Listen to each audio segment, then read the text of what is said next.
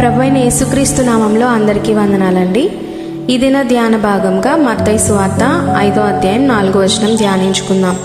దుఃఖపడువారు ధన్యులు, వారు ఓదార్చబడుదురు. ఇక్కడ ధన్యులు అను పదానికి అర్థం ఆనందించడం లేదా ఆశీర్వాదకరం అని ముందు భాగాల్లో తెలుసుకున్నాం. అంటే ఇప్పుడు దుఃఖపడువారే నిజంగా సంతోష స్థితిలో ఉన్నవారు అని ఇక్కడ అర్థం. ఈ లోకమని ఏమని బోధిస్తుందంటే, సంతోషం నీ ఇష్టమైన చోటుకి వెళ్ళి సంతోషం వెతుక్కో, దుఃఖపడొద్దు, విలపించొద్దు అని చెప్పి. కానీ యేసయ్య బోధ ఈ లోకానికి పూర్తిగా విరుద్ధమైనది. కాబట్టి యేసయ్య అంటున్నారు, నిజంగా నువ్వు సంతోషించాలంటే ముందుగా విలపించాలి లేదా దుఃఖపడాలి అని. దేనికోసం విలపించాలి, మనం దేనికోసం దుఃఖపడాలి? ఈరోజు 2 రకాల దుఃఖాల గురించి తెలుసుకుందాం.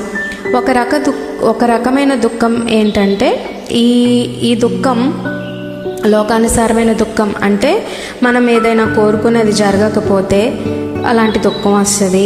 ఆశ భంగం అయిపోయినప్పుడు వచ్చే దుఃఖం, లేదా స్వార్థపూరితమైన దుఃఖం, ఏదైనా నష్టం జరిగితే కలిగే దుఃఖం. ఈ మొదటి రకమైన దుఃఖం. రెండవ రకమైన దుఃఖము దీనికి పూర్తిగా వ్యతిరేకమైనది.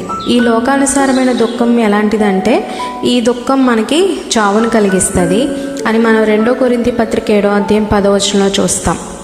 ఈ రెండో రకమైన దుఃఖం ఆత్మ సంబంధమైన దుఃఖం.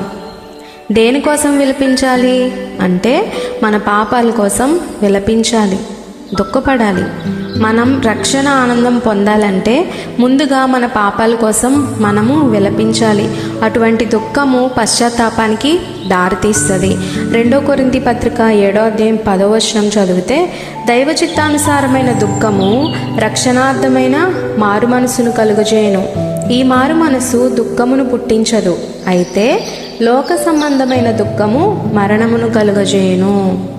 మన పాపాల కోసం మనం ఎన్నిసార్లు విలపిస్తున్నాం? సాధారణంగా మనం విలపించం, బదులుగా మన పాపాలని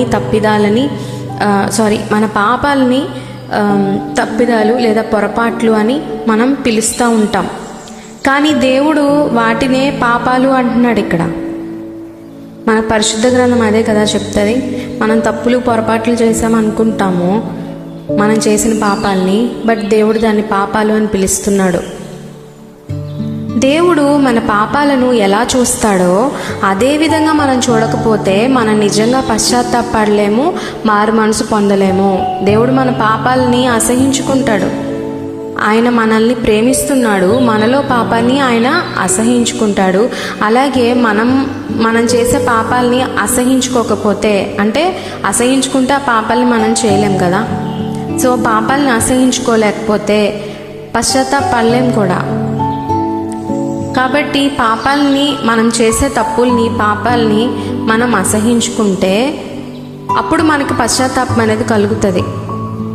ఆ విధంగా మన పాపాల నిమిత్తం పశ్చాత్తాపడినప్పుడు యేసుక్రీస్తు మనకి ఓదార్పునిస్తాడు. మనల్ని మనం చూసుకొని విలపించడం కాదు, కానీ దేవుని వైపు చూసి మన పాపాలు ఒప్పుకున్నప్పుడు నిజమైన నిరీక్షణ, సమాధానం, ఆనందాన్ని పొందుతాం. దుఃఖం లేకుండా నిజమైన ఆనందం ఉండదు, నిజమైన పశ్చాత్తాపం లేకుండా రక్షణ ఉండదు. ఈ కొద్ది మాటలు దేవుడు మన జీవితాల్లో దీవించునుగాక. ఆమెన్.